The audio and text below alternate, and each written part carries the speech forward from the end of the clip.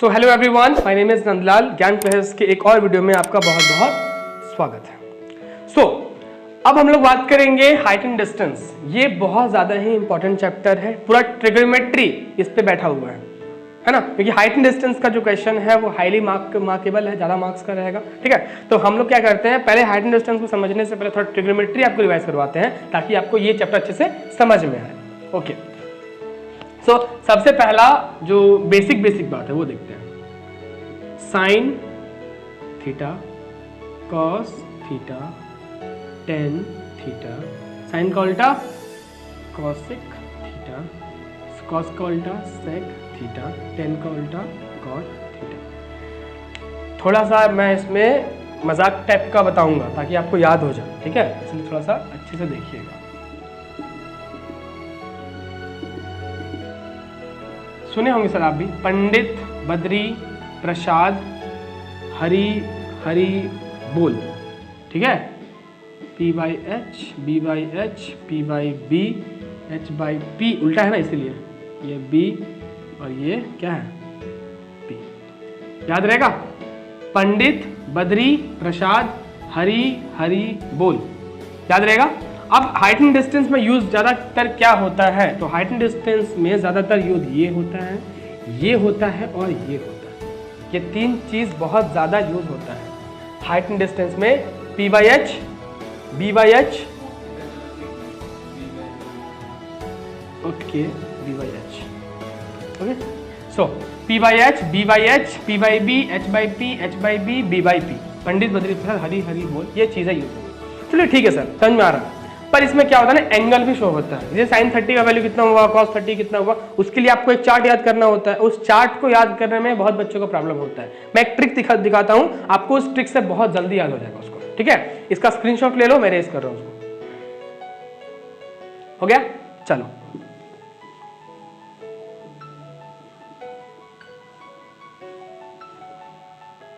देखो। हाँ, तो कौन कौन सा वो चीजें हैं, देखो, साइन कॉस, देता है मैं ऐसे लिखे हाँ ठीक है, भी ठीक से कोई दिक्कत नहीं है, यहाँ लिखो ना, कोई दिक्कत नहीं है। साइन कॉस टेन, जैसे मैं नोट कर रहा हूँ वैसे नोट कर लो आप, ठीक है, याद रहेगा। Sine cos tan cosec, cos का उल्टा सेक, टेन का उल्टा कॉट थीटा, ठीक है। कौन कौन सा एंगल होता है, 0 degree, 30 degree, 45 degree, 60 and lastly 90, याद रहेगा, ठीक है।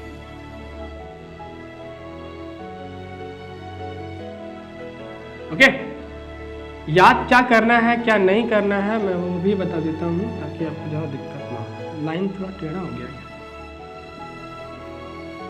चलो ठीक है, ये बन गया इसका चार्ट। ये बहुत इंपॉर्टेंट चार्ट है, अगर ये चार्ट याद नहीं रहेगा तो बहुत प्रॉब्लम होगा, क्योंकि बहुत क्वेश्चन में डायरेक्टली पूछ देता है ये, ठीक है। चलो देखो, समझते हैं याद क्या करना है वो समझ, बस साइन का याद करेंगे हम लोग।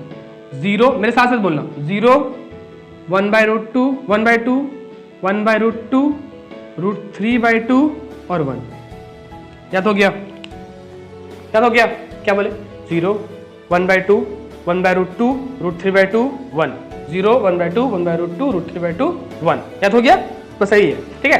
अब जब कॉस होगा तो ये जस्ट उल्टा हो जाएगा, मतलब 1 चल जाएगा ऊपर, रूट 3 बाई 2 यहाँ आ जाएगा, 1 बाई रूट 2 यहीं पर रहेगा, 1 बाई 2 यहाँ आ जाएगा, 0 यहाँ आ जाएगा, हो गया।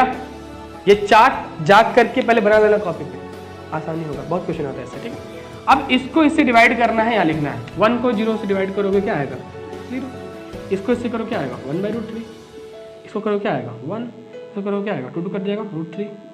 ये 1 कभी हो सकता है डिवाइड इससे, नॉट डिफाइंड, डिवाइड तो होगा नहीं, ये आएगा नॉट डिफाइंड, तो ये डिवाइड नहीं कर पाएंगे, क्लियर है।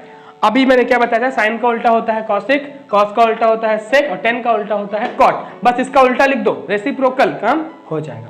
0 का उल्टा तो होगा नहीं, क्या होगा नॉट डिफाइंड, नॉट डिफाइंड। किसका उल्टा लिख रहे हैं सर आप, साइन का उल्टा लिख रहे हैं, ठीक है।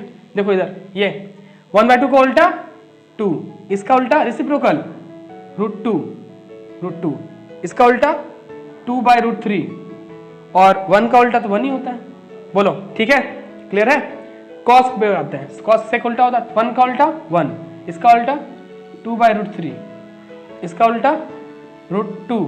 देख लो सही कह रहे हैं हम, हाँ ठीक है सही है। √2, इसका उल्टा 2, इसका उल्टा नॉट डिफाइंड। एक बार मैच कर लीजिएगा बुक से, शायद सही होना चाहिए, कुछ मिस्टेक नहीं है। 0 का उल्टा नॉट डिफाइंड, नॉट डिफाइंड। 1/√3 का उल्टा √3, इसका उल्टा 1, इसका उल्टा 1/√3, और नॉट डिफाइंड का उल्टा 0। 0 का उल्टा नॉट डिफाइंड, नॉट डिफाइंड का 0।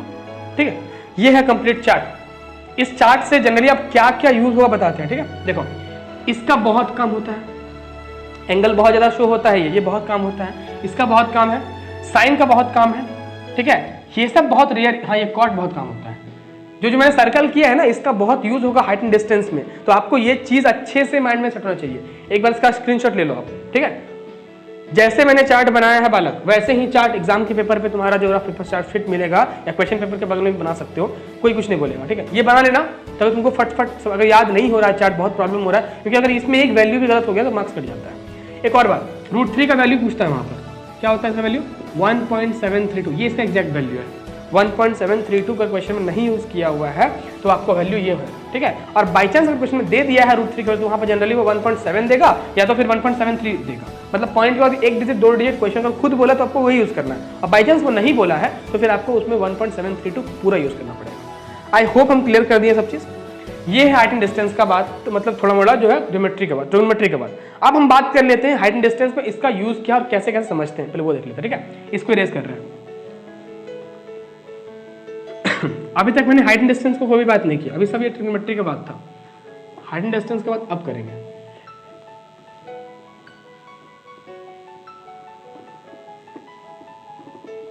चलिए शुरू हो जाते हैं। ठीक है, सुनो, हाइट एंड डिस्टेंस में सबसे दो चीज होते हैं, एक होता है पहला एंगल ऑफ एलिवेशन, और दूसरा होता है एंगल ऑफ डिप्रेशन।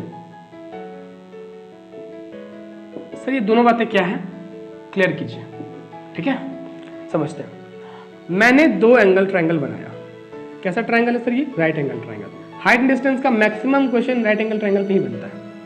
अगर मैं एंगल ऑफ एलिवेशन के बारे में बात कर रहा हूं बालक, तो आपका समझ में आना चाहिए कि ये नीचे में से एक इंसान ये टॉर्च मार रहा होगा ऐसे करके, है ना, और लाइट नीचे से जा रहा है और यहाँ एंगल बन रहा है, थीटा यहाँ बन रहा है। मतलब अगर ये ए है, ये बी है, या 90 डिग्री है, ये सी है, तो एंगल यहाँ बन रहा है। और अगर डिप्रेशन की बात करें तो एंगल जो है वो ऊपर से बनता है, यहाँ टॉर्च मार रहा है, ये ए है, ये बी है, ये सी है। क्लियर है? पर इसमें सर याद क्या करना है, याद क्या करना है इसमें, याद ये करना है कि अगर ये थीटा है तो इसके जस्ट अपोजिट वाला पी होगा। एच का जगह फिक्स्ड होता है, एच को कोई फेरबदल नहीं कर पाओगे क्योंकि एच बहुत पावरफुल इंसान है। ठीक है, एच को हम लोग चेंज नहीं कर सकते, बट हाँ पी और बी अपने अकॉर्डिंग चेंज होता है, थीटा के अकॉर्डिंग चेंज होता है। अगर ये थीटा तो ये पी, तो ये भी बन गया। सर अगर हम थीटा को यहां बना दिए तो क्या ये पी बन जाएगा क्या? हाँ बिल्कुल बनेगा। अगर थीटा को यहाँ तो यहाँ पी बनेगा, तो ये भी हो जाएगा, तो एच तो फिक्स ही रहेगा।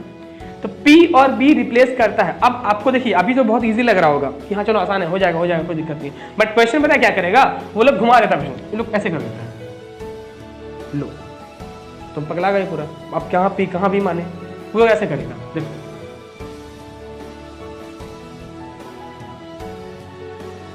ठीक है, यहाँ से टकरा दिया तो तुमको अब ये P बनना पड़ेगा, ये भी बनना पड़ेगा, ये बनना पड़ेगा। अभी तुम और इजी कर, और घुमाता है वो लोग, कैसे घुमाएगा, ऐसे कर देगा, यहां से दे दिया। अब ये P बनेगा, मतलब थीटा जहां रहेगा उसके जस्ट अपोजिट वाला P बनेगा, और फिर B और उसका जो इनिशियल होगा B बन जाएगा। मतलब जनरली ये चीज समझना है आपको, P और B कहां बनता है। एंगल ऑफ इंक्लिनेशन क्या होता है समझा दिए, डिप्रेशन क्या होता है समझा दिए, दोनों क्लियर हो गया है, कोई डाउट इसमें तो नहीं होना चाहिए। देखो इसमें जो भी काम आएगा ना वो हाइट एंड डिस्टेंस जो है वो आपका मटेरियल जो चीज है उस पर यूज होता है। एक दो क्वेश्चन हम करवाते हैं, ठीक है, थोड़ा सा देखिए क्लियर हो जाए तो। इसका स्क्रीनशॉट ले लीजिए एक बार आप। ओके क्लियर है, चलो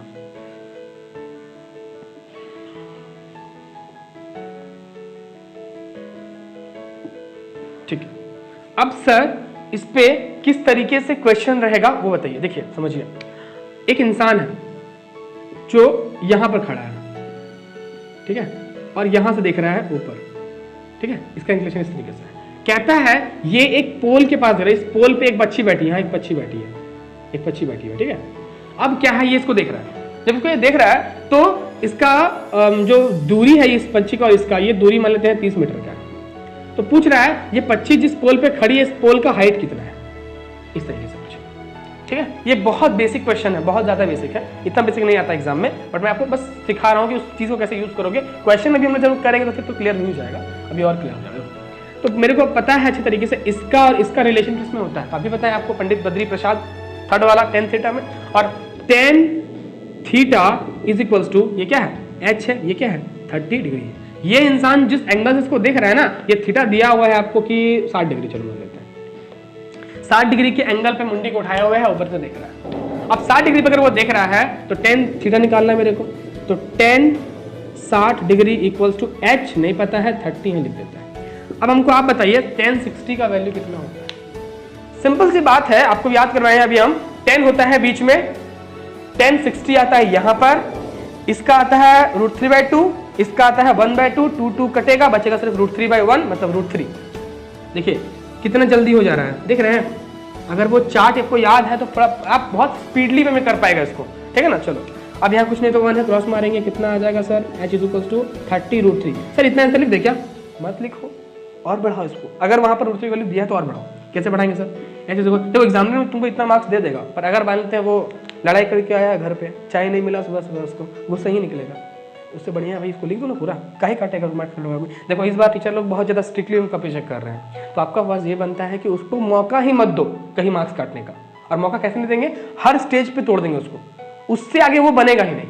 तो टीचर को मजबूर हो जाएगा मार्क्स देने में, क्योंकि देखो इंग्लिश का पेपर जैसा हुआ है, मैथ्स का पेपर बहुत टफ होगा, तो मैथ्स पेपर हम लोग कोशिश करेंगे कि पूरा 40 लेके आ जाए। अब वो लेने का बस यही तरीका कि पूरा सॉल्व कर दो। यहाँ आंसर मत लिखो, आंसर यहाँ लिखो 30 इंटू, अभी मैंने क्या बताया, √3 की वैल्यू ये लिखे थे ना 1.732, लिख दो, इसको उड़ाओ यहाँ से 1 2 3, अब बस 1 0 1 0 उड़ा दो, क्या आ गया 3 दूनी 6, 3 3 9, 7 3 1 1 बचेगा 2 3 4 5, 1 2 पॉइंट, सेंटीमीटर मीटर, चलो मीटर स्क्वायर 51.96। क्लियर, समझ में आ गया। इतना बेसिक नहीं आएगा, बट फिर भी आपको एक चीज है जो इसमें समझना है वो मैं समझा दिया, ठीक है। हाइट एंड डिस्टेंस पे जितना भी कहानी है मैंने कर दिया। अब आप लोगों का काम है क्वेश्चन प्रैक्टिस करना। अभी जो वीडियोस आएंगे उसमें क्वेश्चंस को मैंने और एक लेवल तक में ले जाऊंगा, और फिर आपको जो भी डाउट्स होगा वो और अच्छे तरीके से क्लियर होगा, ठीक है। तब तक के लिए हमारे चैनल को सब्सक्राइब करो, शेयर करो, अपने दोस्तों के साथ जितना ज़्यादा शेयर कर सकते हो, लाइक करो अगर आपको पसंद आए तो, ठीक है। और तब तक के लिए बने रहे हमारे साथ। थैंक यू, जय हिंद।